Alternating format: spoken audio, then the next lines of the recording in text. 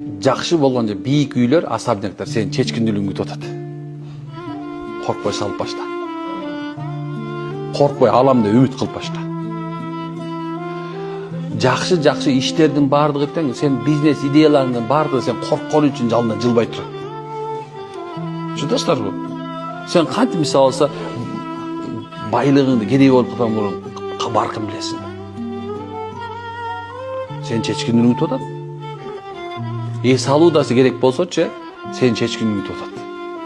Умурага барам, ажыга барам дегенде сен нерсе, сен чечкиндүүлүгүң күтүп атат. Адам, коом өзүн оңдомой, Аллах эч качан оңдобойт. Сен бир кадам коймойун, сен сума тагдырыңды көздөй баспайсың. Шунда сару. İslam ушундай, субханалла. Дини ушинтип үйрөтүп атат.